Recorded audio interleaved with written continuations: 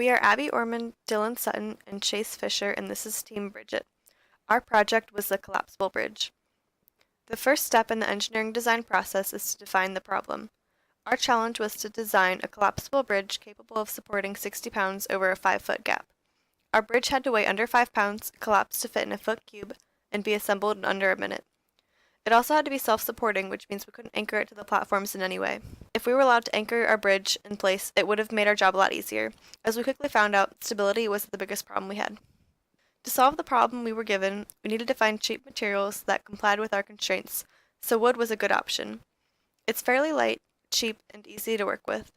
Our total cost ended up being $15, but we used under $10 of material in the final product. We conducted research on different categories of bridges, including slab, beam, box, framed, arched, and suspension or cable-stayed bridges. This helped us figure out what would work best for our bridge. While conducting research, we discovered this folding bridge in Germany. Our brainstorming was largely inspired by its folding abilities. So when we were making our basic idea of the bridge, we started drawing some diagrams, and we had our original plan, which was just 6 boards with 5 hinges that would lay flat, and we thought the alternating hinges would keep it rigid when it was unfolded, and then it would also allow it to fold into a compact box whenever we wanted it to be collapsed.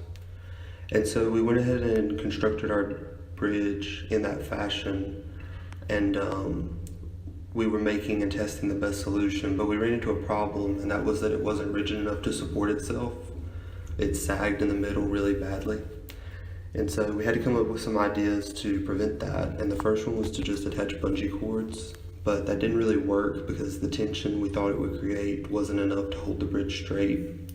And so instead we glued some wood in between the planks, which prevented it from sagging or bending as much.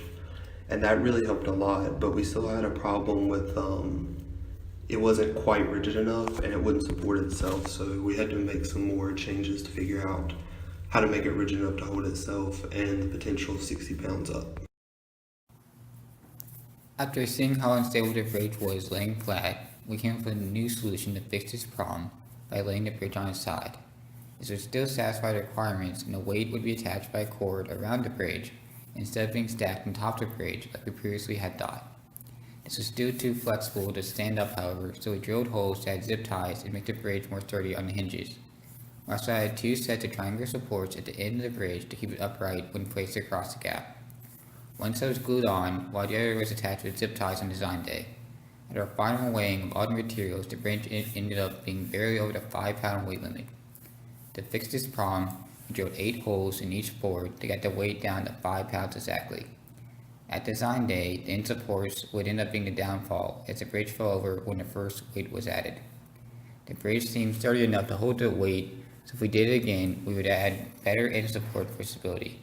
My advice for future freshmen working on the project would be to do testing of higher weights to identify problems like we had before design day. Here are our sources. Thank you for watching.